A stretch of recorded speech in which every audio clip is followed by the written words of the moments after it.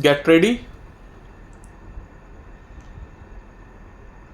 5 seconds. Start. Mr.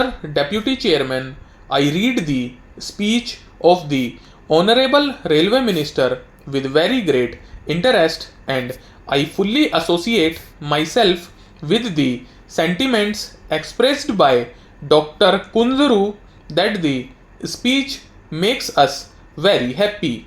The railways, being our premier national undertaking, have had to shoulder many onerous and heavy responsibilities during the last 40 years of planning and development, and it must be said to the credit of the railways that they have acquitted themselves very creditably. The Honorable Railway Minister has referred to many things in his speech, and the credit goes to the railway administration for such achievements. I need to narrate those achievements here because they have been referred to by many honorable members of this house, and they are found in the railway minister's speech also. Those of us here who have been lucky to visit the various installations and workshops as members of the Public Accounts Committee or the other committees can bear witness to the great progress that is being made all round towards saving foreign exchange and making the railway ministry a model for other ministries to emulate. His speech is a frank assessment of achievements and omissions, and the Honorable Railway Minister deserves to be congratulated for not having hidden the drawbacks that have come to his notice. Apart from the achievements, there are many things which have been pointed out by some honorable members of the opposition on this side, which, according to them, leave much to be desired and have to be coped with. The Honorable Minister himself has stated in his speech that much leeway has to be made. He himself has said that the evil of ticketless travel has not shown any appreciable decline. This is a very big department with its ramifications far and wide, and it is beyond human control that such evils can be minimized outright. But I hope that efforts will be continued to be made to keep the evil of ticketless travel under check, which of course is a very difficult task.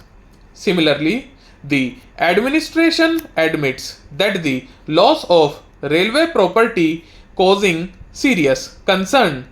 With these general remarks, I would now like to come to specific points. One of the important points which has been criticized by the House is in regard to the declaration of the railway minister that there will be no revision of passenger fares, but two minor adjustments have been made in this bill. One of that, the special surcharge at present levied has been raised slightly, and the other is that the minimum distance charged for coal has been altered slightly.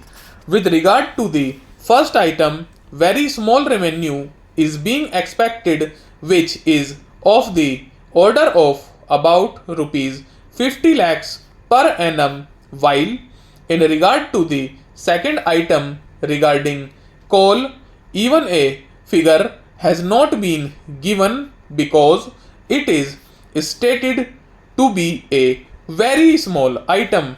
Beyond this year no change has been made in regard to freight rates as well as passenger fares. There have been many comments on this point, and some of my friends on this side attributed it to this being probably the budget speech in the year before the election. I am sure Sri Jagjeevan Ram will not put the interest of the party above the country, and he must have had very cogent reasons for not enhancing the fares and freight rates. We will be very pleased indeed to know his point of view as to what he has to say in the matter. But we know very well that already taxes in this country are very heavy all round. This view might be behind the mind of the Honorable Minister to decide that this year the fares and freight rates should not be raised. But all the same, we will be interested to know his point of view. We do hope that his example will be followed by the Honorable Finance Minister also when he presents his budget before long, and the country will indeed be very grateful to him as the travelling public is grateful to the Honorable Railway Minister for his budget proposals this year. Sir, I come to the question of railway finances. The Railway Minister himself has made such a nice case in regard to the raising of fares and freight rates.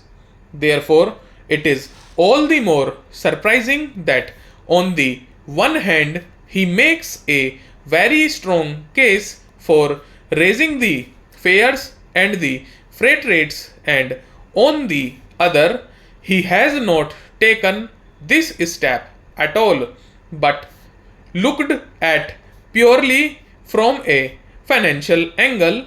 The finances of the railways make a little unhappy revelation.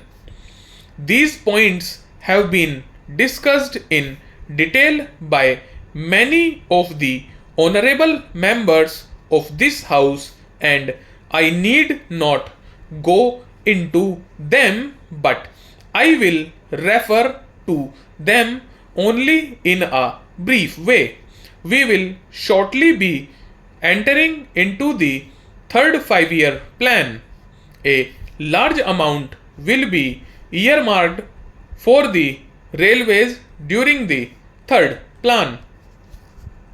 Stop.